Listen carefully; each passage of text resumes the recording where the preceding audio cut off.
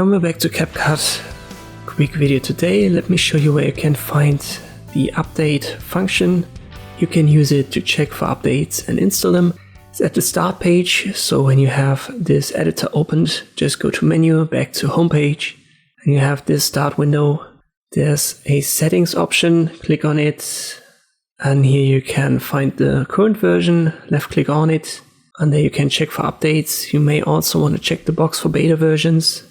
In this case we have a new one, so let me install it now. Once it has downloaded it, it's going to get upgraded. Might take a minute.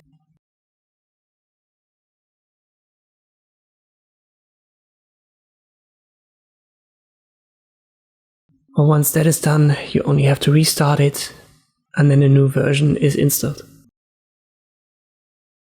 And this way you can find the latest updates of CapCut. I hope this video was helpful, thank you for watching, and I'll see you next time.